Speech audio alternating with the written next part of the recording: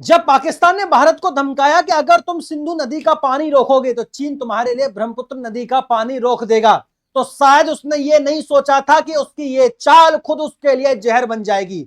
साथियों, क्योंकि जो भारत एक जमाने में चुपचाप सहन करता था, आज वही भारत नई नीति नए इरादे लेकर खड़ा है और मुंह तोड़ जवाब भी देता है। और चीन की जो बात कर रहा है साथियों, वो चाहकर भी अब भारत को रोक नहीं सकता, क्योंकि अब पानी भी हमारे हक का है और जवाब भी हमारे हक का है। साल 1960 में जब सिंधु जल संधि हुई तो भारत ने अपनी दरियादली दिखाई। पूर्वी नदियां जैसे रावी, ब्यास, सतलुज भारत के हिस्से में आई, और जैसे पश्चिमी नदियां सिंधु, झेलम, चिनाब पाकिस्तान के हिस्से में चली गई। लेकिन असल में हुआ क्या? पाकिस्तान ने सालों तक इन नदियों से अपनी जमीनें सींची और बदले में दिया क्या? आतंकवाद, घुसपैठ और युद्ध की धमकियां।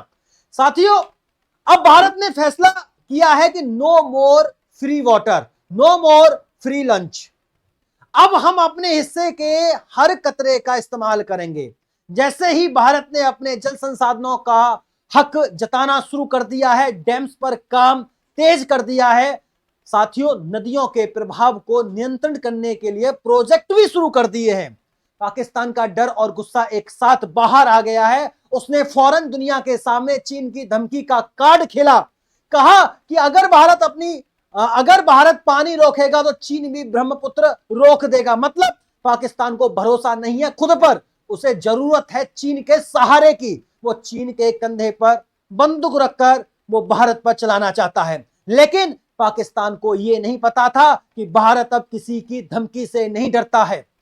आसाम के मुख्यमंत्री हेमंत बिस्वा शर्मा ने जब खुलकर बोलना शुरू किया तो एक एक करके सारे झूठों की परतें उतरने लगी। उन्होंने जो तथ्य पेश किया वो हैरान कर देने वाला था साथियों। ब्रह्मपुत्र नदी का सिर्फ 30 से 35% पानी चीन से आता है। बाकी का 65 से 70% पानी भारत के उत्तर पूर्वी राज्यों से उत्पन्न होता है, जैसे अरुणाचल प्रदेश, आसाम, नागालैंड, मेघालय। बड़ी बड़ी सहायक नदियों जैसे सुबनसरी, लोहित, कामिंग, मानस भारत के अंदर ही ब्रह्मपुत्र में मिलती हैं।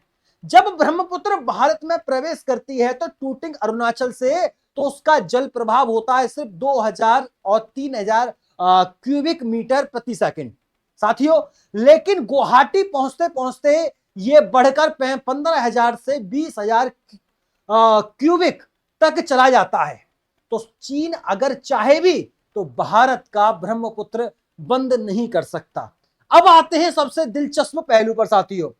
अगर चीन ब्रह्मपुत्र का पानी रोकता भी है तो क्या भारत को नुकसान होगा? सीएम हेमंत बिस्वा शर्मा कहते हैं उल्टा फायदा भारत को ही होगा। क्यों होगा? अब सुनिए।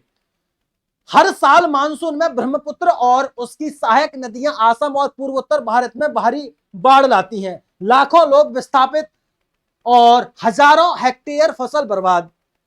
पुल, सड़कें, स्कूल सब डूब जाते हैं। अगर चीन 30% पानी रोकेगा तो भारत में पानी का वॉल्यूम कम होगा, बाढ़ नियंत्रित होंगी, कम कटाव होगा, कम जान माल का नुकसान होगा।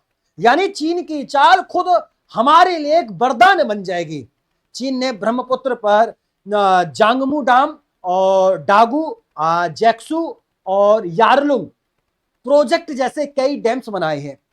उनका मकसद साफ है, अपने इलाकों को ऊर्जा देना और भारत पर दबाव बनाना। लेकिन भारत अब सतर्क है। इसरो और आईएमडी जैसे संस्थानों के पास अब रियल टाइम डेटा मॉनिटरिंग है। भारत भी अब अरुणाचल और आसाम में अपने जल परियोजनाओं पर तेजी से काम कर रहा है। चीन की हर चाल का जवाब अब तकनीकी और नीति से दिया जा रहा है। क्या आने वाला समय साथियों जल युद्ध होगा, वाटर वॉरफेयर? तो वाटर वॉरफेयर का होने वाला है या नहीं होने वाला, जरा एक्सपर्ट्स की बात सुनिए। एक्सपर्ट्स कहते हैं आने वाला 10 से 20 सालों में तेल नहीं, पानी सबसे बड़ा हथियार होगा। भारत के सामने 3 बड़ी चुनौती हैं: पाकिस्तान की ब्लैकमेलिंग, चीन की अपस्ट्रीम डोमिनेशन और नेपाल, भूटान जैसे देशों के साथ जल संधियां। भारत को चाहिए कि सभी वाटर टेरिटरीज की समीक्षा हो, हर नदी पर साइंटिफिक और रणनीतिक नियंत्रण हो, आम जनता को जल बचत के प्रति जागरूक किया जाए और आज का भारत ये समझ चुका है कि जल केवल संसाधन नहीं, सुरक्षा, कृषि, आत्मनिर्भरता और सम्मान का प्रतीक है। अब पानी वही जाएगा जहां से गोली नहीं, दोस्ती मिले।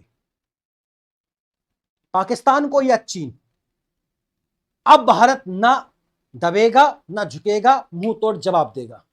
हर पानी की बूंद अब राष्ट्र के लिए इस्तेमाल होगी। तो दोस्तों, क्या आप मानते हैं कि चीन की ब्रह्मपुत्र चाल उल्टी पड़ गई है? क्या पानी अब भविष्य का सबसे बड़ा युद्ध क्षेत्र बन चुका है?